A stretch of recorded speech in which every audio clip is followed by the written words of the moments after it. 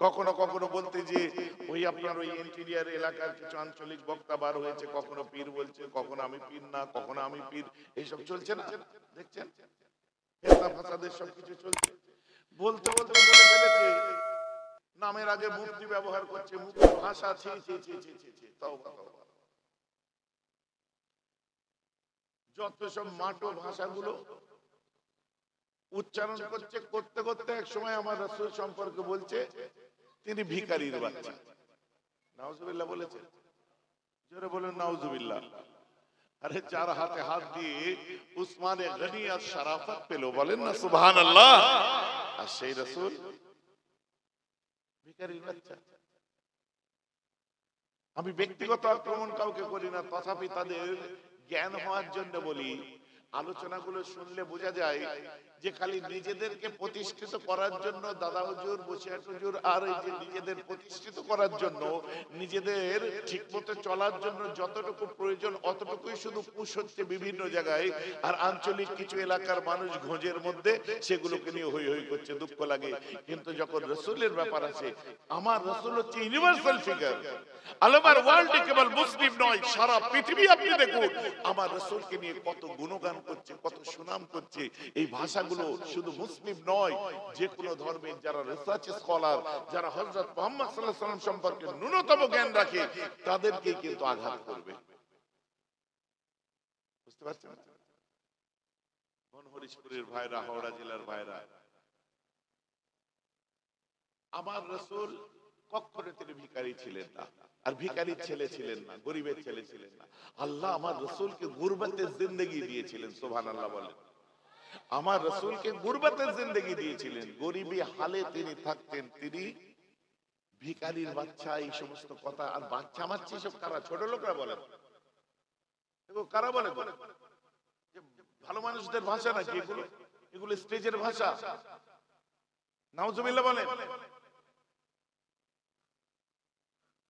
আমার মুসলমান খেয়াল করে শুনে রেখে দিন, আমার রাসূলের আব্বা জানরা 10 ভাই ছিলেন। কয় ভাই? আমার রাসূলের দাদুর নাম টক করে বলে ফেলুন, আব্দুল মুত্তালিব। এই আব্দুল মুত্তালিব কি করে হলো একটু শুনে নিন। এর আসল নাম হচ্ছে শাইবা। আব্দুল মুত্তালিবের আসল নাম হচ্ছে শাইবা। আব্দুল মুত্তালিব মানে মুত্তালিবের গোলাম। তাহলে মুত্তালিব বলে কেউ আছে যার গোলামি নেই? শাইবা যার গোলাম, আব্দুল মুত্তালিব মানে মুত্তালিবের গোলাম। তাহলে মুত্তালিব বলে কেউ আছে একজন? মুত্তালিব হচ্ছে এই আব্দুল মুত্তালিবের চাচা হাশেমের এক ভাই, তার নাম হচ্ছে মুত্তালিব। বুঝতে পারছেন? ও পিত্তাইপুর বিচার ওদিকে গেলাম। কমিটির ছেলেরা কই? কমিটির ছেলেরা কই রে?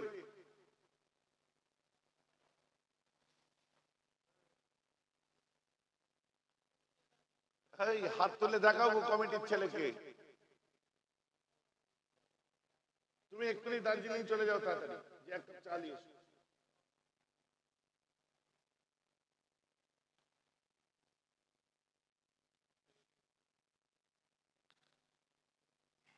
ভাইজান, তাহলে মুত্তালিবের যদি গোলাম হয়, মন দিয়ে শুনুন, লজিক্যালি ইসলামকে বুঝুন, খালি হই হই করলে হবে না। নারে তাকবীর, আল্লাহু আকবার, দিন ইসলাম জিন্দাবাদ, না, লজিক্যালি ইসলাম বুঝুন। তাহলে মুত্তালিব বলে কেউ একজন আছে যার গোলাম ইনি, তাই ইনি আব্দুল মুত্তালিব। আব্দুল মানে গোলাম, মুত্তালিব মানে মুত্তালিবের গোলাম। তাহলে মুত্তালিব কে? মুত্তালিব হচ্ছে আব্দুল মুত্তালিবের চাচার নাম ছিল মুত্তালিব, আর আব্দুল মুত্তালিবের নাম হচ্ছে শাইবা। হাশেম হচ্ছে আব্দুল মুত্তালিবের আব্বা, আর চাচা হচ্ছে মুত্তালিব।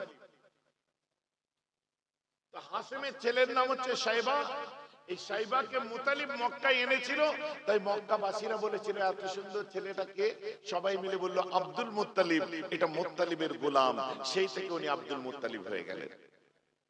বুঝে গেছে? আসুন, আব্দুল মুত্তালিব জাতা মানুষ ছিলেন না। জমজম কুয়া তিনি আপনার রিকনস্ট্রাক্ট করেছিলেন, তিনি খনন করেছিলেন, জমজম কুয়াকে সংস্কার করেছিলেন। এই জমজমের কুয়া খোঁড়ার সময় আব্দুল মুত্তালিব ওই জমজমের কুয়ার ভিতর থেকে একটা সোনার হরিণ পায় আর একটা সোনার তলোয়ার পায়। কি পেয়েছে? সোনার হরিণ আর সোনার তলোয়ার। আপনি যদি পান কত ধনী লোক হয়ে যাবেন।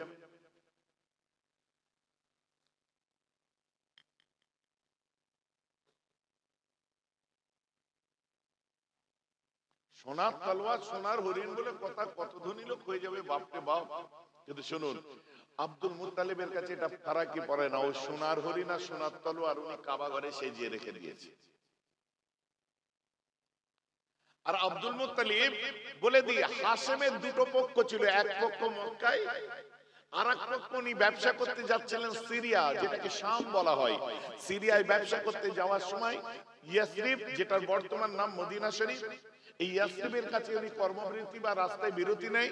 বিরতি নেওয়ার সময় একটা পরিবারের মধ্যে ওনার পরিচয় হয়, যে পরিবারটাকে বানু নাজ্জার খানদার বলা হয়। ওই বানু নাজ্জার খানদানের একটি মেয়ে, সুন্দরী দেখতে, নাম হচ্ছে সালমা বিনতে আমর।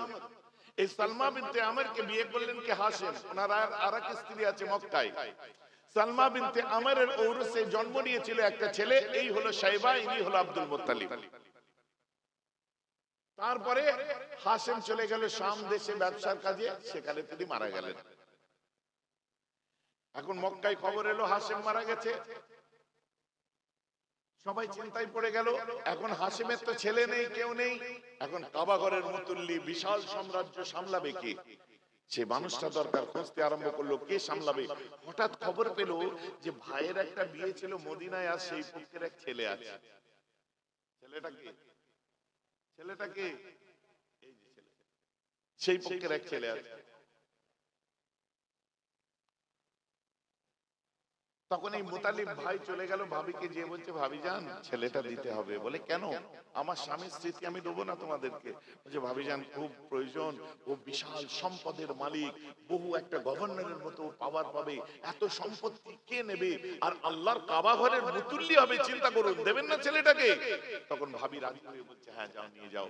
এই ছেলেটাকে নিয়ে যখন মক্কায় আসলো, সবাই বলছে এত সুন্দর ছেলে কে? শাইবা মানে শুভ্র, মাথার চুল পর্যন্ত সাদা, ফরেনারদের মতো, এত সুন্দর ছেলেকে। সবাই মিলে বললো আব্দুল মুত্তালিব। ওই মুত্তালিব আনতে গেছিল, এটা হলো মুত্তালিবের গোলাম। সেই থেকে রাসূল পাকের দাদু শাইবা নামে আর চেনে না, আব্দুল মুত্তালিব নামে চেনে। বুঝা গেল? ইনি বিয়ে করলেন, আর ইনি আল্লাহকে বললেন আল্লাহ আমার যদি 10টা সন্তান দেন, একটা সন্তান আপনার নামে কুরবানি করব। আল্লাহ 10টা সন্তান দিলেন। 10টা সন্তানের মধ্যে এক মায়ের পেটে ছেলে হচ্ছে আমিরে হামজা। আমিরে হামজা নাম শুনেছেন তো? আমিরে হামজা আর হযরত আলীর আব্বা আবু তালেব, নবীজির চাচা, আর আমার নবীজির আব্বা আব্দুল্লাহ। এটা 3 ভাই এক মায়ের পেটে। 10টা সন্তান দান করলেন। এবারে ঠিক করলেন যে কি করব, 10টা ছেলের মধ্যে কাকে কুরবানি দেবো? একটা ছেলে কুরবানি দেবো। 10টা ছেলের নাম একটা কাগজের মধ্যে লেখেন। লেখার পরে লাড়িয়ে দিয়ে মাটিতে ফেলে দেয়। ফেলে দিয়ে একটা কাগজ তোলে, নাম আসে আব্দুল্লাহ। খাজা আব্দুল্লাহ আমার রাসূলের আব্বার নাম আসে। চিন্তায় পড়ে যায় যে আমার বাচ্চা, শেষ ছেলে, ছোট ছেলে, বাচ্চা ছেলে, এই ছেলেটাকে কুরবানি করব, আমাকে বড় খারাপ লাগছে। ওই সময় আবু তালেবকে ডাকলো, বলছে শোনো আব্বা বলেন। বলছে শোনো তোমার ছোট ভাইয়ের নাম এসেছে, কি করা যাবে? শোনেন, তাওরাত ইনজিলের মুখ যারা বড় বড় বিদ্বান মানুষ আছে, তাদেরকে ডেকে একটা ফয়সালা করা যায়। তখন ডাকলো, ডেকে ফয়সালা আসলো। কি ফয়সালা? বলছে শোনো, ওই ছেলেটার নাম একদিকে লিখুন আর 10টা উট লিখুন। যদি ছেলের নাম আসে তাহলে উট বাড়াবেন, 20টা করবেন। আবার যদি ছেলের নাম আসে 30টা উট দেবেন। এইভাবে যতবার ফেলে ততবার ছেলে আব্দুল্লাহর নাম ওঠে। 40টা উট আব্দুল্লাহর নাম ওঠে। একদিকে 50টা উট দিয়েছে, বুঝতে পারছেন তো নাকি? নাম আব্দুল্লাহর আছে। 60টা উট দিয়েছে, নাম আব্দুল্লাহর আছে। 70টা উট নাম আব্দুল্লাহর। 100খানা উট। তখন উটের নাম আসলো। 100টা উট জবাই করলেন ছোট ছেলের জন্য। এটা গরিব ভিখারি হলে পারত? বিচার আপনাদের। ভাই যে আমার ওয়াজ আপনারা বুঝতে পারছেন তো নাকি? এটা ভিখারিদের কর্ম। হ্যাঁ, আমরা যদি নিজেরা ভিখারি হই, হঠাৎ করে গাড়ি কিনে ফেলেছে, একটা দামি গাড়ির নাম বলেন না? হ্যাঁ, দামি গাড়ির নাম বলেন না? কলকাতায় যান না আপনারা, যান সব তো কলকাতার ব্যাপার। হ্যাঁ, ফরচুনারও এখন দামের মধ্যে পড়ে বলে মনে হয় না, আরো দামি গাড়ির দাম বলে। আরো রিপোর্টার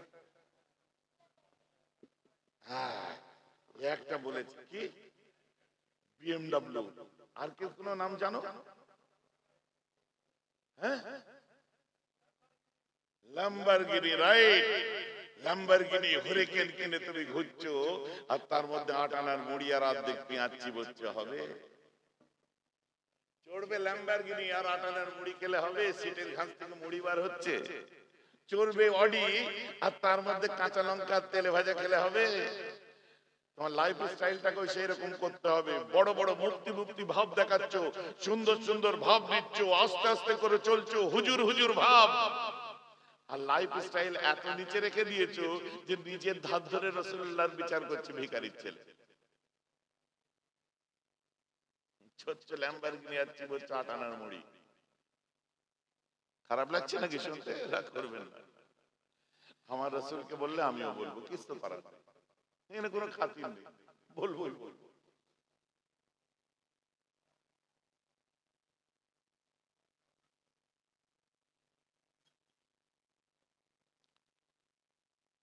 জ্ঞান নিজের, আপনার কিভাবে নিজের মানসিকতার উন্নতি বিকাশ ঘটাও, অনেক উঁচু চিন্তাধারার হও, রাসূলের জন্য যে ফিদায়ে রাসূল হয়ে যাও, অন্তরকে কুরবান করে রাখো। কথাটা বুঝতে পারছেন? আরে আমরা সবাই গুনাহগার, কিন্তু আল্লাহকে বলবে আমার আল্লাহ গুনাহগার হতে পারি, কিন্তু এই গুনাহগারটা আল্লাহর রাসূলকে ভালোবাসে, ওই ভালোবাসার মধ্যে কোন রকম ভেজাল নেই। গুনাহগার হতে পারি কিন্তু ভালোবাসায় কোনো ভেজাল নেই। নামাজ নেই, রোজা নেই, নবীকে ভালোবাসি বললেই হয়ে গেল না। নবীকে ভালোবাসার মূল দরজা নামাজ, রোজা, তার সুন্নাত আমাদেরকে মেনে চলতে হবে। কিন্তু যারা এখন পর্যন্ত আরম্ভ করেননি, এই কাল থেকে নিয়ত করে নিন আরম্ভ করে দেবো, কিন্তু যারা আরম্ভ করেনি তারা কি আপনার ওই বারে যে মাল খাবে? হ্যাঁ, কথা বুঝতে পারছেন?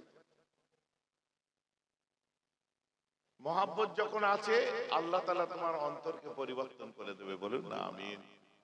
প্রতিটি মানুষের ঘটছে, তা নাই যদি, তা যদি না ঘটে আপনি চিন্তা করুন, মোবাইল ছাড়া 2 মিনিট কেউ বসতে পারে না, কিন্তু নবীর কথা শুনতে দেখুন 2-4 ঘন্টা হয়ে গেছে হাতে মোবাইল ধরে না কেউ। ওই টুকটাক বার করছে, যেটা আমার জরুরি মনে করছে একটু রেকর্ড করে নিচ্ছে, হ্যাঁ এই কথাটা জরুরি, রেকর্ড করে নিচ্ছে। কিন্তু না হোয়াটসঅ্যাপে ঢুকছে, না ফেসবুকে ঢুকছে, না ইনস্টাগ্রামে ঢুকছে, না কিছু। কি কথা বুঝতে পারছেন? না মেসেজ কি গো, বুঝতে পারছেন তো নাকি? কি তার মানে অন্তরের মধ্যে সেই মহব্বতটা আছে। আগে কাগজ কলম ছিল, বক্তব্য নোট করতো, এখন মোবাইলে এই জায়গাটা রেকর্ডিং করে, এইটা আমার প্রয়োজন, রেকর্ড করে দিচ্ছে। এমন মুসলমান খেয়াল করে শুনে রেখে দিন, ব্যথা নেবেন না, দুঃখ নেবেন না। আব্দুল্লাহ যখন বয়স হলো 25 বছর, খাজা আব্দুল্লাহ আমার রাসূলের আব্বা জানের যখন বয়স 25 বছর হলো, ওই সময় রাসূলের আব্বা জানের বিবাহের ঠিক করলো। আমার নবীজির নানার নাম কি বলে না? আব্দুল ওয়াহাব, রাইট, জোহরি। তো জোহরি খানদান কুরাইশ বংশেরই, কুরাইশ বংশেরই একটা খুব সম্ভ্রান্ত পরিবার খানদান, যেটাকে জোহরি খানদান বলা হয়। এই খানদানের আমিনাতুজ জাহরিয়া, জোহরি খানদান, তাই আমিনাতুজ জাহরিয়া বলা হতো। আম্মা জান আমিনার সঙ্গে আল্লাহ রাসূলের আব্বা জানের বিয়ে ঠিক হয়ে গেল। বিয়ে হলো, অনেক সুন্দর সংসার চলছিল। চলতে চলতে এক সময় দাদু বললেন, রাসূলের দাদুজি আব্দুল মুত্তালিব বললেন, আব্দুল্লাহ বড় হচ্ছে, এবার একটু ব্যবসা সামলাও, যাও হাতে খড়ি, আমি তোমাকে ব্যবসার কাজে পাঠালাম।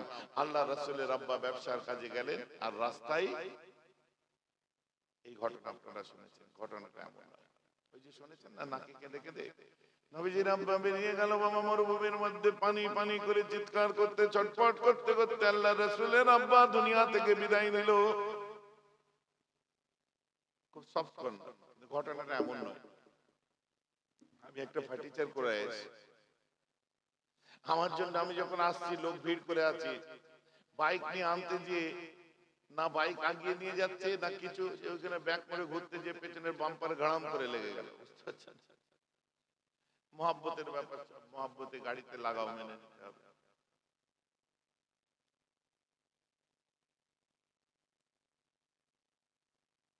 এবারে শুনুন মুসলমান, তার জন্য যদি এত মানুষ আপনারা রাস্তা থেকে ধরে ধরে নিয়ে আসেন, ওখান থেকে আপনার বাইক নিয়ে র্যালি করতে করতে যদি নিয়ে আসেন, আপনাদের কি মনে হয় আব্দুল মুত্তালিবের ছেলে, অত বড় ধনী মানুষের ছেলে, আল্লাহর কাবার মুতুল্লির ছেলেকে তিনি একা পাঠিয়ে দেবে ব্যবসা করতে? মনে হয় আপনাদের? তাতেই না। আর সত্যি তাই, ওনার সঙ্গে দুজন ওনার দেহরক্ষী ছিল। মুকাদ্দামাতুল জায়েশ, সামনে একটা উট ছিল, তাতে একটা আপনার কালো গোলাম ছিল, পিছনে আপনার একজন মহিলা ছিল যে রান্না করবে, এবং তার অসুস্থতা শরীরের দিকে লক্ষ্য করার জন্য আরো দুজন মানুষ, কেউ কেউ বলছে 6 জনের টিম ছিল, কেউ কেউ বলছে 7 জনের বা 7-এর অধিক মানুষ ছিল। একা নয়, আমার রাসূলের আব্বা ব্যবসায়ী গেছিলেন, নিজের টিম নিয়ে ব্যবসায়ী গেছিলেন। বলেন সুবহানাল্লাহ। ওসব ওই যে একা যে না। আর উনি অসুস্থ যখন বোধ করলেন, ওই সময় হাশেমের শ্বশুর বাড়ি অর্থাৎ আব্দুল মুত্তালিবের নানার বাড়ি কোথায়, ইয়াসরাবে বিয়ে করেছিলেন, মনে পড়ছে? ওই বাড়িতে ওনাকে নিয়ে যাওয়া হলো। তারপরে ওনার জ্বর বাড়তে লাগলো, এরপরে তিনি দুনিয়া থেকে বিদায় নিলেন। ওই বাড়িতে মারা গেছেন তিনি, রাস্তায় পড়ে মারা গেছে রাসূলের আব্বা। আপনারা সুবহানাল্লাহ। যে ওয়াজিবুল ভাইজ হচ্ছে, বুঝলেন? এখন দেখবেন সব চেপে গেছে, কারণ এখন ইউটিউবের সময় এসে গেছে, এখন বললেই কোথায় কে ধরে ফেলবে। কথা বোঝা যাচ্ছে না? ইদানিং একটু চাপা পড়েছে। আগে যা সুন্দর করে বলছে, ইমাম হুসাইনকে যখন মারে, মানে যখন গলাটা কাটে, আম্মা ফাতেমা কেঁদে কেঁদে জারে জার হয়ে কালবালা জবিনেতে চিত হয়ে শুয়ে পড়েছে। আরে আম্মা ফাতেমা ইন্তেকালের কত বছর পরে। আরে রুহানি ভাবে এই সমস্ত কথা একটা কভার করে বলে, তাও না, ওপেন বলে দিচ্ছে, আর তাই সুবহানাল্লাহ বলছে লোক। এই জন্যই আজকে সাহস পেয়ে যাচ্ছে রাজমিস্ত্রি মার্কা মাওলানারা আমাদের বিরুদ্ধে কথা বলার। এই জন্যই সুযোগ পাচ্ছে, কিছু করার নেই। নাহলে হাইসিয়ত কি আছে, অকাত কি আছে? রাসূলের দুশমনদের কোন জায়গা আছে? প্রত্যেক বছরে একবার করে আসছে, দেখুন স্টেটমেন্ট চেঞ্জ করছে। এতদিন ধরে শোয়েব এরাত বলে কোনো কিছু ছিল না, এখন নতুন স্টেটমেন্ট দিচ্ছে কি না, ওই মাসটা পুরো মাসকে, ওই মাসটারই বিরাট বরকত আছে, এখন স্বীকার করছে। এতদিন কি শুনছিলেন আপনারা? এই শোয়েব এরাত বলে কোনো কিচ্ছু নেই, ওটা হচ্ছে লাইলাতুল কদর, হচ্ছে মুতাবাররাকে, হ্যাঁ বেশক ওটা মুতাবাররাক, কিন্তু শোয়েব এরাত বলতে কিচ্ছু হয় না, এই হয় না, সেই হয় না। এখন স্বীকার করছে না, ওই রাত্রিতে একটা জিনিস হয় যে আল্লাহর কাছে দোয়া চাইলে, মাগফিরাত চাইলে আল্লাহ মাফ করে, রিজিক চাইলে আল্লাহ রিজিক দেয়, আর কিছু চাইলে আল্লাহ ওই মাসে দেয়। খালি আপনার যারা মুশরিক আর মুশাহিদ, এই দুজন ছাড়া আল্লাহ সবার দোয়া কবুল করে। এখন স্বীকার করছে, তবে হ্যাঁ সওয়াবের নিয়তে ফরজ ওয়াজিব জানা চলবে না বাবা, স্টেটমেন্ট চেঞ্জ। তা আমরা কবে ফরজ ওয়াজিব জেনে শোয়েব রাতে রাতে ইবাদত করেছি? কথা বুঝতে পারছেন তো? আস্তে আস্তে পথে এসো, আস্তে আস্তে পথে এসো। আসছে জিয়ারত করতে আমরা বার হই, বেশক বার হবো, 100 বার বার হবো। পড়লো কি হালুয়া রুটি নিয়ে, বুঝতে পারছেন না? বলছে হালুয়া রুটি খাওয়া চলবে না, এখন স্টেটমেন্ট চেঞ্জ, বলছে হালুয়া রুটি খেতে পারে, তবে সওয়াবের নিয়তে হালুয়া রুটি করা চলবে না। Statement change. আমাদের স্টেটমেন্ট ওখানে লেগে যাচ্ছে যে হালুয়া রুটি সওয়াবের নিয়তেই করব। প্রবলেম কোথায়? আপনি বলুন মেহমানদারি করা সুন্নতে সওয়াব কিনা? আর গরিবদেরকে দান করা ওটা সাদকায়ে জারিয়া সওয়াব কিনা? আমার বাড়িতে আমি হালুয়া করি, রুটি করি, বিরিয়ানি করি, আপনার কি বলে তেহারি করি, খিচুড়ি করি, যা খুশি করব, মেহমানদারি করে সুন্নতে সওয়াব দেব, আর গরিবদের বিলিয়ে সাদকায়ে জারিয়া সওয়াব দেব। বলেন না সুবহানাল্লাহ। প্রবলেম কোথায়? প্রবলেম হালুয়ার রুটিতে। হালুয়া হারাম, কোনটা হারাম? সুজি হারাম, ডাল হারাম, ডিম হারাম, ঘি হারাম, চুলোর আগুন হারাম, হাঁড়ি হারাম, যে রান্না করছে তোর বউ, লোকের ভাগিয়ে আনা বউ নয়।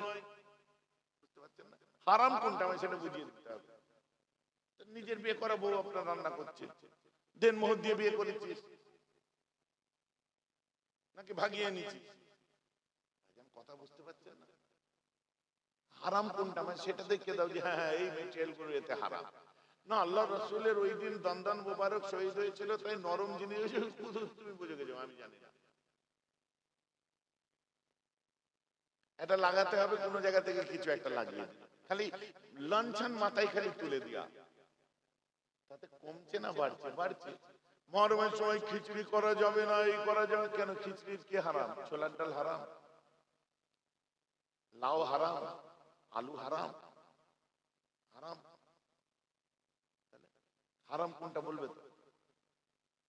ওই দিন খিচুড়ি করে এই করে যে আপনার সব ধুর, আমি ভালো, আমি ওই দিন ইমাম হোসেনের শাহাদাতের দিনে আমি যদি গরিবদেরকে খাওয়াই তো আমার অসুবিধা কোথায়? কথা বুঝতে পারছেন? এইসব নতুন নতুন ফতোয়ার সময় দেখতে পাচ্ছেন না, জুম্মা জুম্মা 8 দিন নামাজ ধরেছে, এমন ফতোয়া যে বিটকেল বিটকেল ফতোয়া, ফতোয়ার ঠেলা সহ্য করা যায় না, মহা মুশকিল কাণ্ড। আর ফতোয়া দিচ্ছে কারণ নামাজি দিচ্ছে, আরে ফতোয়া তো মুক্তি দেবে রে ভাই। যখন বইয়ের সঙ্গে ঝগড়া হয়ে তালাক দিয়ে দিয়েছে তখন ওকে যে ফতোয়া নেই, বলে না মুফতির কাছে যাও, আর খুঁজে খুঁজে সেই মুফতির কাছে যাও যেই মুফতিটা বলবে হ্যাঁ চলবে, তার কাছে যাও। কোন মুফতির কাছে যাবে? বলছে একসঙ্গে 3 তালাক দিলে 1 তালাক হয়, কারণ 3 তালাক একসঙ্গে দেওয়া হারাম। বুঝতে পারছেন? এখন ওদের মুফতিরা ঠিক করেছে হারাম যখন, তাহলে 1 তালাক হয়, ওই বলি বেগে ঘর, পরে যত বাচ্চা হবে যা হবে। ভাইজান রাগ করবেন না, আমি যে কথাগুলো বলছি মন গড়া কথা বলছি না, তাদের ফতোয়া বলছি। আর মধ্যে থেকে আপনার ধরে বসলো আমাদের মোদিজি, যে একসঙ্গে 3 তালাক দেওয়া চলবে না, যদি 3 তালাক দেয় 10 বছরের জেল হবে, আর 3 তালাক দিলে ট্রিপল তালাক, মানে তালাকে সালাসা, 3 তালাক একসঙ্গে দিলে তালাক হবে না। এখন ঘুরি আমি যদি বলি তালাকই যখন হবে না তো জেলটা কিসের জন্য? কথা বুঝতে পারছেন? এই সব প্যাচ প্যাচ, শুধু প্যাচ, আর কোনোটা সমাধান নেই। সমাধান তো দিয়েছে আমার মুস্তাফা, বলুন না সুবহানাল্লাহ। সমাধান তো দিয়েছে আমার কোরআন। বুঝতে পেরেছেন? পৃথিবীর বুকে আসলে যখন কথাটা একটু বলে দিই, পৃথিবীর মধ্যে সর্বনিকৃষ্টতম হালাল হচ্ছে বউ তালাক দেওয়া। যদি বলেন কেন? কেউ আলোচনা করতে করে বলেছিল এক সময় যে যাই বলো মুসলমানদের মধ্যে এই তালাক কথাটা এমন খারাপ জিনিস, ওটা কোরআন থেকে তুলে দেওয়া দরকার। বাহ, তাই নাকি? তাই বলেছিলাম শুনুন, তালাক হচ্ছে প্রকৃত নারীর বাঁচার নৈতিক অধিকারের অপর নাম হচ্ছে তালাক। প্রকৃত নারী স্বাধীনতার নাম হলো তালাক। কি বলছেন এটা? রাইট। যেটা আর পৃথিবীর সর্বনিকৃষ্টতম বৈধ কাজ হচ্ছে আপনার তালাক, সব থেকে নোংরা হালাল, নোংরা বৈধ কাজ। যদি বলেন কেন? আসুন, যে ধর্মীয় ভাবে বউ তালাক দেওয়ার সিস্টেম নেই তাদেরকে তালাক হয় না। কোর্টগুলোই যান, ডিভোর্স লেগে আছে। কালকের হেডলাইন করেছিল দেখেননি যে কোন একটা জায়গায় তালাক রোগ বাড়ছে? গত কালকের নিউজ, তালাক রোগ বাড়ছে আমাদের জেলায় আরামবাগের ওদিকে, তালাক রোগ বাড়ছে। মুশকিল, এবার কোন তালাক রোগ তো আল্লাহই জানে।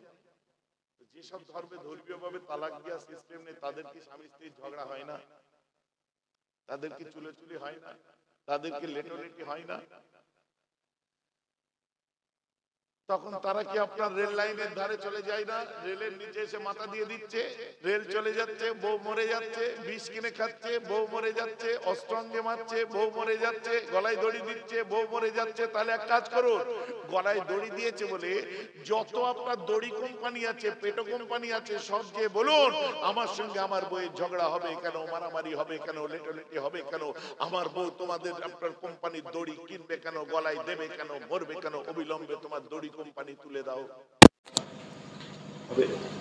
তুমি চলে যাও। যে বলো ফার্টিলাইজার কোম্পানিতে, যে বলো যে আমার সঙ্গে আমার বউয়ের ঝগড়া হবে কেন, মারামারি হবে কেন, লেটালেটি হবে কেন, আমার সঙ্গে আমার বউয়ের আপনার বাদ বিতণ্ডা হবে কেন, শেষ পর্যন্ত তোমরা ফার্টিলাইজার কোম্পানির এই যে বীজ তেল বা দানা ওষুধ বিক্রি করবে কেন, ঘাস মারা ওষুধ বিক্রি করবে কেন, আমার বউ কিনবে কেন, খাবে কেন, আমার বউ বা বাচ্চা আমার অনাথ হবে কেন, অবিলম্বে তোমাদের ফার্টিলাইজার কোম্পানি তুলে দাও। চলে যান রেলের সামনে যে অবরোধ করুন, আমার সঙ্গে আমার বইয়ের ঝগড়া হবে কেন, লড়াই হবে কেন, মারামারি হবে কেন, লেটালেটি হবে কেন, তোমাদের ভারতের মধ্যে রেল চলবে কেন, আমার বউ মাথা দেবে কেন, মরবে কেন, অবিলম্বে ভারত থেকে রেল পরিষেবা তুলে দাও, রাজধানী বন্ধ করে দাও, দুরন্ত বন্ধ করে দাও, বন্দে ভারত। বুঝতে পারছেন? কোরআনের বেলায় বলছে তুলে দাও।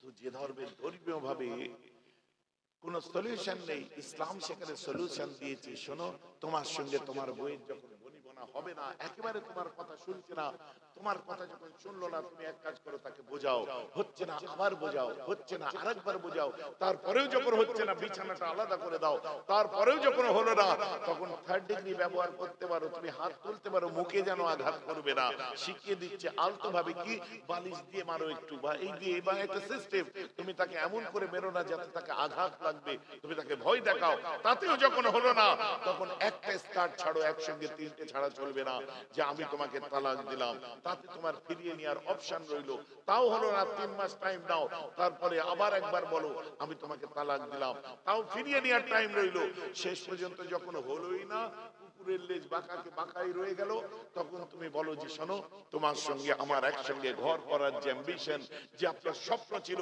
স্বপ্ন পূরণ হলো না, তো আল্লাহ দেয়া এই জীবনটাকে রেলের নিচে দিয়ে নষ্ট করো না, আল্লাহ দেয়া জীবনটাকে তুমি গায়ে কেরোসিন তেল ঢেলে নষ্ট করো না, আল্লাহ দেয়া জীবনটাকে বিষ খেয়ে নষ্ট করো না, আল্লাহ দেওয়া জীবনটাকে গলায় দড়ি দিয়ে নষ্ট করো না। কোরআন একটা ফয়সালা বলেছে, যখন হলোই না, তুমি মায়ের মেয়ে মায়ের ঘরে যাও, আমি বাপের বেটা বাপের ঘরে থাকি, তোমাকে বাঁচার নৈতিক অধিকার দিয়ে তোমায় স্বাধীন করে দিলাম, তুমি বাড়ি চলে যাও। এখন বলুন, আত্মহত্যা ভালো জিনিস না তালাক ভালো জিনিস? আমার কথা বুঝতে পারছেন তো? এই ব্যাখ্যাগুলো আমাদের হুজুররা করে না, তাই যে পক পক করে সব চিল্লায়, এই তালাক দেওয়া মুসলমানদের খুব খারাপ জিনিস। আরে আত্মহত্যার অল্টারনেটিভ অপশন, সুইসাইডের অল্টারনেটিভ অপশন হচ্ছে তুমি আলাদা হয়ে যাও, বাবা দুজনেই বেঁচে থাকো, আল্লাহ দেয়া জীবন নষ্ট করো না। এবার আত্মহত্যা করা সব ধর্মই বলছে পাপ। ভাই যে আমার বক্তব্য বুঝতে পারছেন? আমি কিন্তু খুব ক্লান্ত, মাথার আমার ব্যাপক যন্ত্রণা হচ্ছে, আমার ভয়েস শুনে কথা শুনে আপনারা নিশ্চয়ই বুঝতে পারছেন। শুধু বলছি কেন, যাতে আপনারা এই কথাগুলো শুনে আরো 5 জনকে কনভে করতে পারে। আপনারা স্কুল কলেজে পড়েন, বিভিন্ন সোসাইটিতে বেশেন, এগুলো যাতে বলতে পারে। বাকি আমাদের ফান্ডামেন্টাল ওয়াজ, মৌলিক ওয়াজ যেগুলো, ওগুলো তো করছি, আমি করব। একবার দার্জিলিং যাও,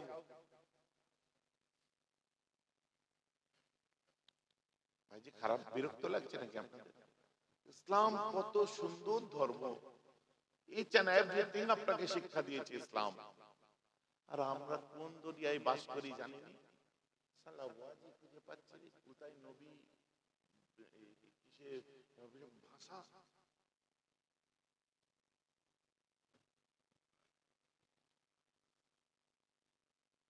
আমার রাসূল মায়ের পেটে নবীজির আব্বা জান ইন্তেকাল করলেন।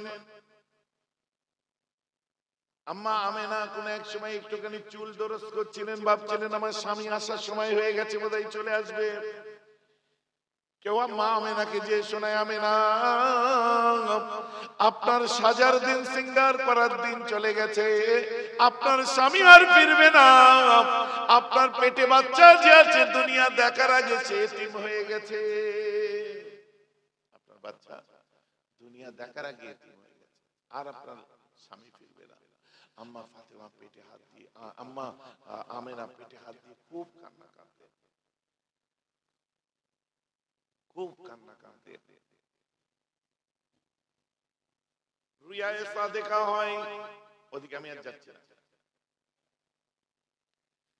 দিন পার হতে হতে হতে একটা সময় চলে আসে 12 রবিউল আউয়াল, কেউ বলছে 8, কেউ বলছে 12, এক কথায় মিলাদের দিন চলে আসে।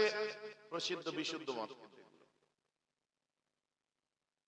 আমার রাসূলের জন্মের দিন যখন চলে আসে, সোমবার ছিল, ওটা শুবে সাদেক ছিল। আল্লাহ রাসূল দুনিয়ার বুকে তাশরীফ এনেছিলেন শুবে সাদেকের সময়। আমার রাসূল যখন দুনিয়ায় তাশরীফ আনেন, আল্লাহ তাআলা জমিন আসমানের মধ্যে একটা বিশাল কিছু উত্তাল আনন্দ প্রকাশ করেন, কারণ নবী এসেছে বলে কথা। আমার আল্লাহ সেই দিনটাকে এত সুন্দর করে উদযাপন করে আমার রাসূল এসেছে। কেন উদযাপন বললাম শোনেন। আমার রাসূলের দাদু আব্দুল মুত্তালিব ওই সময় কাবা ঘরের ভিতরে ছিল। হঠাৎ করে দেখলো কাবা ঘরের তার সব খোদাগুলো মূর্তিগুলো 360টা মূর্তি ছিল সব ভেঙে ভেঙে সেজদায় পড়ে গেছে। কি হলো? তিনি যখন বাইরে বার হয়ে এসেছে, বাপরে কি হচ্ছে রে বাবা, সব ভেঙে যাচ্ছে কেন? বাইরে আসার পরে দেখে সাফা মারওয়া পাহাড়টা থরথর করে কাঁপতে আরম্ভ করে দেয়। কি কাণ্ড! সাফা মারওয়া পাহাড় কাঁপছে কেন? এরকম দিন কাটলো। 15-20 দিন পরে কাবার সামনে বাজার বসেছে। বাজারে সব মক্কার বাজারে সব হাজির। এক একজন এক এক কথা বলছে। ভাই জানো অমুক দিন কি হয়েছে? বলে কি? বলছে এই 12 রবিউল আউয়াল সোমবার ছিল, বুঝলে, ভোরের দিকে খবর আসছে কিনা আমুদরিয়ায় জোয়ার এসেছে আর সোয়াদরিয়া পুরো শুকিয়ে গেছে। তুমি জানো ওয়াশাস নদীতে বান এসেছে। খবর এলো কি জানো? বলে কি? রোম সম্রাটের অট্টালিকা কাইসারে রোম, যেটাকে বলা হয় রোম সম্রাটের অট্টালিকা। রোম মানে কোথায়?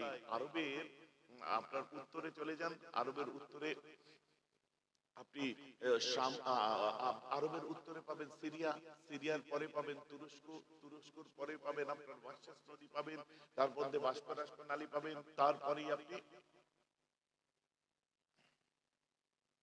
যেটাকে বাইজেন্টাইন বলা হয় রোম পাবেন। রোম, বাইজেন্টাইন রোম, যেটাকে আমাদের ইসলামিক ভাষায় বলা হয় কনস্টান্টিনোপল বা কুস্তুনতুনিয়া। অনেক দূর। এটা রোমের পূর্ব প্রান্ত পরে বাইজেন্টাইন রোম বলা হয়। এত দূরের থেকে খবর এসেছে কি যে রোম সম্রাটের অট্টালিকার 14 খানা পাথর ভেঙে পড়েছে। কবে? বলছে ওই রাত্রে। আবার একজন বলছে আর একটা ইরান থেকে খবর এসছে। বলছে কি খবর? বলছে ইরানের 3164 বছর ধরে আগুন জ্বলতো আর অগ্নি পূজারীরা সেই আগুনটা জ্বালিয়ে জ্বালিয়ে রেখে দিত আর পুজো করতো। হঠাৎ করে খবর আসলো ধাপ করে ওই আগুনটা বন্ধ হয়ে গেছে। তেল সলিতা সব দিয়ে কোনোভাবেই আর জ্বালাতে পারছে না। কবে? বলছে ওই রাত্রেই ঘটেছে। কি ঘটছে? কিছু বোঝা যাচ্ছে ভাইজান?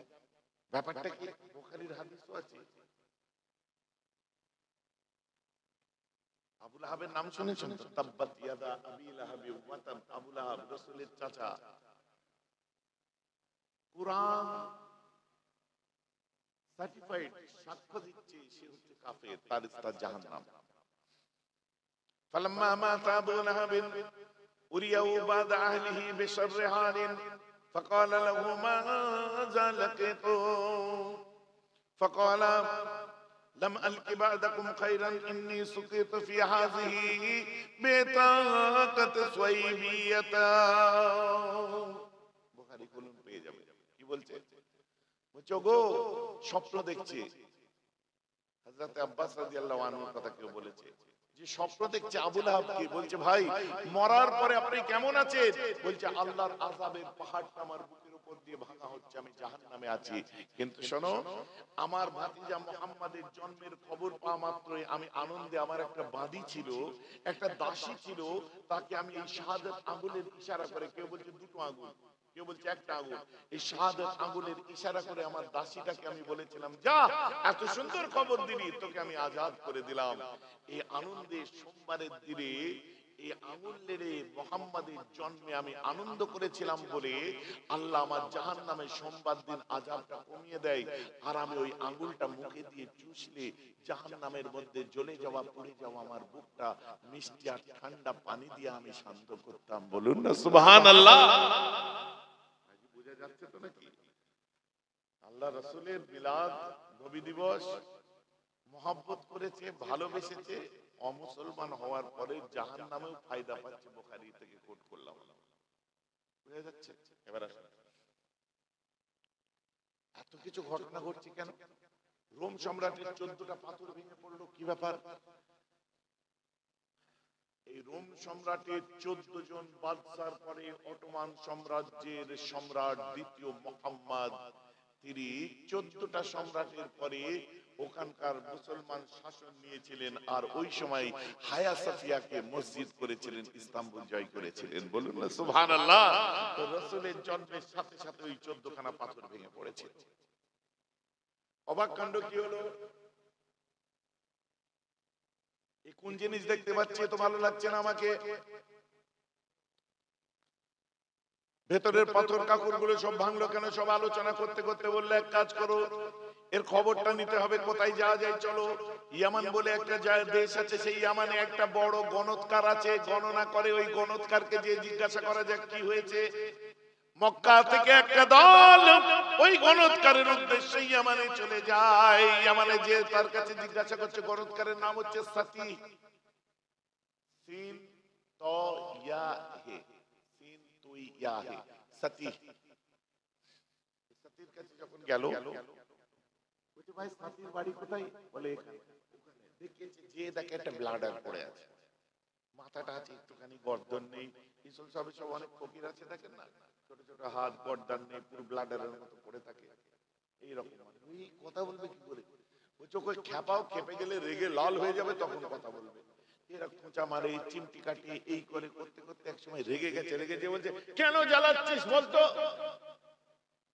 রেগে গেছে। বুঝে শোনো, এই দিনে এই এই ঘটনা ঘটেছে, এটা কেন হয়েছে বলো তো? সঙ্গে সঙ্গে বলছে, খোঁজ নিয়ে দেখতে যা, কোন পয়গম্বরের জন্ম হয়েছে। ফিরে এসেছে, আসার পরে মক্কায় আলোচনা যখন করছে, তাওরাত ইনজিলের একটা বিখ্যাত আলেম এই কথাটা শুনে ফেলে মক্কার প্রত্যেকটা ঘরে খোঁজ নিচ্ছে যে কার বাড়ি বাচ্চা জন্মেছে, কার বাড়ি বাচ্চা জন্মেছে। জন্মাতে জন্মাতে এই খবর দিতে দিতে আম্মা আমেনার ঘরের সামনে এসে বলছে, হ্যাঁ গো, আপনার বাড়িতে বাচ্চা জন্মেছে। তখন নবী আমার ছোট, তখন তো হোয়াটসঅ্যাপ নেই, ফেসবুক নেই, কিচ্ছু নেই, খবর ছড়াবে কি করে? বলে হ্যাঁ আমার বাচ্চা জন্মেছে। ওটা কি আপনার সোমবার দিন জন্মেছে? বলে হ্যাঁ। 12 রবিউল আউয়াল। বলছে হ্যাঁ, বাচ্চাটা দেয়া যাবে। কেন? বলছে আচ্ছা তোমার বাচ্চা কি খেজুরের দেশে হিজরত করবে? বলছে বলতে পারবো না। তোমার বাচ্চা দান নেবে আর সাদকা নেবে না, খায়রাত নেবে না? বলছে ওটাই কি করে বলবো? যে বাচ্চাটা আমার একবার দেয়া যাবে। আল্লাহ রাসূলকে হাতে নিয়েছে, একবার এদিকে নেয়, একবার ওদিকে ঘোরায়, এদিকে ঘোরায়, ওদিকে ঘোরায়। আর আমার রাসূলকে যখন এদিক ওদিক ঘোরাচ্ছে, বাচ্চা ছেলে আমার রাসূলকে একটু কুতু কুতু লাগছে, সুসুরি লাগছে। এদিকে ঘোরাচ্ছে, ওদিকে ঘোরাচ্ছে। নূর নবী ওই সময় খিলখিল করে শুধু জবান খুলে হাসতে আরম্ভ করে দেয়, যেন মুখ থেকে আমার রাসূলের গোলাপ ঝরে পড়ে। বাচ্চা ছেলে আমার রাসূল সুসুরি লাগছে, হাসছে, বুঝলেন? এই করতে করতে যখন পিঠ ফিরিয়েছে, ওর হুঁশ উড়ে গেছে। নাকি দুই কাঁধের মধ্যে একটা ছোট্ট লাল আঁচিল। হায় সর্বনাশ! বাচ্চাকে দিয়ে দিয়ে কেঁদে গড়াগড়ি জমিনে পড়ে কাঁদতে কাঁদতে বেহুশ হয়ে গেছে। কিসের দুঃখ? সে তো তাওরাত ইনজিলের আলেম, সে হয় ঈসা নবীর আপনার উম্মত, নাহলে দাউদ নবীর উম্মত, নাহলে মুসা নবীর উম্মত। বুঝতে পারছেন? সে কেন কাঁদবে? শুনুন, যত নবী এসেছে সব বনি ইসরাইলের মধ্যে এসেছে, সব ইসরাইলি নবী। এই যে ইসরাইলদের সঙ্গে চলছে না, যত নবী এসেছে, এই ইসরাইলিরা যতক্ষণ নবীকে মেনে চলেছে ততক্ষণ ওরা পথে ছিল। তারপরে যখন নবীকে অবমাননা করলো, রাসূলের কথা মানলো না, তাদের ওয়েস্টার্ন ওয়াল আলাদা করে দিল, তাদের প্রার্থনা আলাদা করে দিল। ঈসা নবীকে তারা আপনার ওই ক্রুশবিদ্ধ করতে গেল, আল্লাহ তুলে নিলেন, যিশু হয়ে গেল। সব বাগাবাদ, প্রোটেস্টাইন হলো, অর্থোডক্স হলো, অনেক রকম ভাগ হলো, উইটনেস হলো, রোমান হলো, ক্যাথলিক হলো। বুঝতে পারছেন? এসব নিজেদের মধ্যে বাগাবাদ করে কেউ মুসাকে মারতে লাগলো, কেউ ঈসা নবীকে মারতে লাগলো, কেউ মুসা নবীকে যুদ্ধে পাঠিয়ে দিয়ে, কেউ আপনার হাঁটুতে হাত দিয়ে বসে বলছে তুমি আর তোমার খোদা লড়াই করো গে যাও। এসব ঘটনা ঘটেছে কিনা? কোরআন তো গো, ফাযহাব আনতা ওয়া রাব্বুকা ফাকাতিলা ইন্না হাহুনা কাঈদুন। কোরআন, তুমি আর তোমার খোদা যুদ্ধ করো গে যাও, আমিও তেলি। এই নবীদেরকে বা ইসলামের বিধান অস্বীকার করলো, তারা ইসরায়েলি হয়ে গেল। যতদিন লাইনে ছিল ঠিক ছিল। কথা বুঝতে পারছেন তো? যতদিন লাইনে ছিল বাইতুল মুকাদ্দাস ওদের আমাদের দুজনেরই ছিল। ওরা যখন নবী অস্বীকার করতে, কিতাব অস্বীকার করতে আরম্ভ করলো, তখন তো ওরা দাবিদার নয়। হিসাবের কথা শুনুন, আমার রাসূল দুনিয়ার বাদশা আকায়ে নামদার সাল্লাল্লাহু তাআলা আলাইহি ওয়াসাল্লাম ও ভেবেছিল যে আখেরি নবীটাও বানি ইসরাইলের মধ্যে জন্মাবে, কিন্তু আমার নবী বানি ইসরাইল নয়, বানি ইসমাইল মানে ইব্রাহিম আলাইহিস সালামের দুই ছেলের থেকে এসেছে। এক হচ্ছে বড় ছেলে ইসমাইল আলাইহিস সালাম, ওনার জন্মে ওনার বংশে কোনো নবী ছিল না, আর একজন হচ্ছে ইসহাক মানে ইসরাইল আলাইহিস সালাম, যার বংশে সমস্ত নবী এসেছে। আর ইসমাইল নবীর বংশে একজন এসেছে, কে? ইসমাইল নবীর ছেলে হচ্ছে আপনার নাবেদ, নাবেদের ছেলে হচ্ছে মাদ ইবনে আদনান, মাদ ইবনে আদনানের 9 পুরুষে জন্মেছিলেন গালিব ইবনে ফিহর, গালিব ইবনে ফিহরের 5 পুরুষে জন্ম দিয়েছিলেন কোসাই কুরাইশি, কোসাই কুরাইশির পরে আপনার আব্দে মান্নাফ আব্দেদার, তার এতে হলো হাশেম,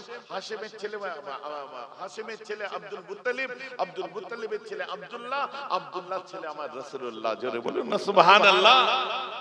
বুঝা যাচ্ছে? এগুলো একটা নিছক ইতিহাস শোনাচ্ছে ইসলামের, এর মধ্যে কোন রকম ভেজাল বা খাদ নেই। কথা বোঝা যাচ্ছে? এইবারে আসো, মজার ব্যাপার তো এখানে, কান্না কাটিয়ে আরম্ভ করে দিলেন আমার রাসূল দুনিয়ায় জন্ম নিয়েছে। এদিকে জিনেরা কি করতো, শয়তান জিন যারা, তারা আল্লাহ আর ফেরেশতাদের মধ্যে যে কথা আলোচনা হতো চুপি চুপি করে যে তারা সেই আলোচনাগুলো শুনতো। বুঝা যাচ্ছে? বিরক্ত লাগছে, ঘুম আসছে, আমার ডিউটি শেষের দিকে, ঘাবড়াবার দরকার নেই, কিন্তু যতটুকু আলোচনা শুনলেন ব্যাপার বুঝতে পারছেন তো? দমদার আলোচনা, কথা বুঝতে পেরেছেন? একদম নিছক যে জিনিসটা নির্যশ আমি নিংড়ে আপনাদের দিয়েছি। আসুন, এইবারে হয়েছে কি, দিন দুনিয়ার বাদশা আকায়ে নামদার দুনিয়ায় তাশরীফ এনেছে, আর শয়তান জিনেরা আল্লাহ আর ফেরেশতার মধ্যে যা কথা হতো লুকিয়ে লুকিয়ে যে প্রথম আসমানে বসে বসে শুনতো। হঠাৎ করে এই জিনগুলো যায় আল্লাহর ফেরেশতাদের কথা শুনতে। ঠিক ওই দিন থেকে, যেদিন আমার নবী দুনিয়ায় আসে, ওই দিন থেকে যখন ওই আশপাশে যায়, উপর থেকে অগ্নিও গোলা আগুনের মানে ক্ষেপণাস্ত্র স্কার্ট টাইপের ছড়ে তাদেরকে মারা হয়। এতে কোনো জিন মারাও যায়, আবার কোনো জিন পঙ্গু হয়ে যায়। ভাইজান এইসব গল্প কোথায় পেয়েছেন? কোরআন সূরাতুল জিন খুলে দেখুন। হাফেজ সাহেবরা কি আছেন এর মধ্যে? হাত তুলে দেখান। হাফেজ সাহেব নেই? এই দেখো হাফেজ বসে আছে। সূরাতুল জিন জিজ্ঞাসা করুন, বিসমিল্লাহির রহমানির রহিম, ওয়ান্না কুন্না নাকুদু মিনহা মাকাইদা লিস-সামি ফামান ইয়াসতামি আল-আন ইয়াজিদ লাহু শিহাবার রাসাদা। কি গো সূরা জিন কোরআন শোনাচ্ছে। ওয়ান্না কুন্না নাকুদু মিনহা মাকাইদা লিস-সামি ফামান ইয়াসতামি আল-আন ইয়াজিদ লাহু শিহাবার রাসাদা। বলছে আমরা এতদিন ধরে যে ওখানে বসতাম শুনতাম, কিন্তু এখন যে যখন বসতে যাই আকাশ থেকে শিহাবার রাসাদা অগ্নি বা ফুলকিদারি আগুন দ্বারা আমাদেরকে মারা হয়। ওই যে ছোটবেলায় মুরব্বীরা বলতো আমরা উল্কা দেখতে পেতাম না, আকাশ থেকে উঠতে হওয়া তারা উল্কা। মুরব্বীদের বললে কি বলতো? বলছে শয়তান আকাশে উঠতে যায়, ফেরেশতারা ওই সময় ওদের আগুন ধরিয়ে দেয় আর নেমে আসে। বলতো কি বলতো? শুনেছেন না? এটা একদম বাস্তব কথা। ফেরেশতারা ওদেরকে মারে আর ওই নেমে চলে আসে। কবে থেকে? আমার রাসূল যেদিন দুনিয়ায় তাশরীফ আনেন, ওই দিনেতে আল্লাহ তাআলা লাউহে মাহফুজ থেকে আল্লাহর 30 পারা কোরআন প্রথম আসমানে নাযিল করেছিলেন। দুনিয়ায় নয়, প্রথম আসমানে নাযিল করেছিলেন। যেখানে নাযিল করলেন আসমানের ওই জায়গাটার নাম হলো বাইতুল ইজ্জাত। জোরে বলেন না সুবহানাল্লাহ। ওই জন্য এরা উঠতে যায়। তো ওই সময় ইয়ামানের নাসিবাইন বলে একটা শহর আছে, বুঝতে পারছেন? ইয়ামানের নাসিবাইন শহরের জিনেরা ঠিক করে যে কি হয়েছে আমাদের খবর দিতে হবে। আকাশে বড় শয়তান ইবলিসকে জিজ্ঞেস করে, বলছে ভাই এখন উপরে উঠতেলি মারে, কি ব্যাপার বলো তো? বলছে দুনিয়ায় যা ঘটেছে ঘটেছে, আকাশের কিচ্ছু হয়নি। বলে কি? বলছে আসমানি কিতাব আসলে এমন হয় আর পয়গম্বর আসলে এমন হয়। লাও বলেন না সুবহানাল্লাহ। আরে পয়গম্বর তো এসেই গেছে, সুবহানাল্লাহ। পরিক্রমা করতে আরম্ভ করে দেয়। 1 বছর 2 বছর 10 বছর 20 বছর 50 বছর মানে নবুয়তের 10 বছর হয়ে গেছে, যে বছরটা আল্লাহ রাসূলের কাছে বড় কঠিন দিন ছিল, যে বছরে আমার রাসূল নিজের প্রাণ প্রিয় ভালোবাসা নিজের স্ত্রী জানের জান আম্মা খাদিজাকে হারিয়ে ফেলেছিলেন। নবুয়তের 10তম বছর, যেটাকে দুঃখের বছর বলা হয়। আম্মা খাদিজা দুনিয়া থেকে বিদায় নিয়ে আমার রাসূল শুধু কেঁদে কেঁদে বেড়ায়। হযরত খাওলা আমার রাসূলের খালাজি আমার নবীকে বলছে, মোহাম্মদ তোমার একটা বিয়ে দিই না? বলছে আমি বিয়ে করব না। আমি খাদিজাকে ভুলতে পারছি না। শুধু এদিকে চলে যেতেন, ওদিকে চলে যেতেন, আমার নবী কাঁদতেন। আম্মা খাদিজার জন্য বুকটা ফেটে যেত। আল্লাহ রাসূলের চুপ করে ঘরের দিকে তাকিয়ে বসে থাকতেন, মন বড় খারাপ। আর তখন এই শত্রুরা আমার রাসূলের উপরে এই অকথ্য অত্যাচার চালাতো। আমার নবীকে ভালো লাগছিল না মক্কা, আমার নবী মক্কা ছেড়ে চলে গেলেন। কোথায় গেলেন? তায়েফ চলে গেলেন। তায়েফ কি? আমার রাসূলের মায়ের বাড়ি। কোন মা? দুধমা আম্মা হালিমার বাড়ি ছিল তায়েফ। তায়েফে যাওয়ার পর একটা সম্ভ্রান্ত পরিবারে আমার রাসূল গেলেন। সাথে কে ছিল? আমার রাসূলের সাথে আমার রাসূলের পোষ্যপুত্র বলেন, খাদিম বলেন, আর যেই বলেন, আমার রাসূলের সাথে গেছে। যে সেই বাড়িতে যে বললেন, আমার নবী বললেন, শোনো, দুই ভাই তারা বলছে, শোনো, আল্লাহকে এক বলে মেনে নাও, আল্লাহ ছাড়া কোনো মাবুদ নেই, আর আমি মুহাম্মদ হলাম তার রাসূল। সঙ্গে সঙ্গে আমার রাসূলকে তকবীর করে বলছে, চালাকি হচ্ছে। শুনেছিলাম মক্কায় একজন বার হয়েছিল, তুমি তাহলে সেই, তাই না? বলছে আপনারা মানবেন না? বলছে না, তাতেই মানবো না। দেখুন, যদি না মানেন পাঁচ কান করার দরকার নেই, আমার শত্রুরা খুব আক্রমণ করছে, পিছনে লেগে আছে, আপনারা পাঁচ কান করবেন না।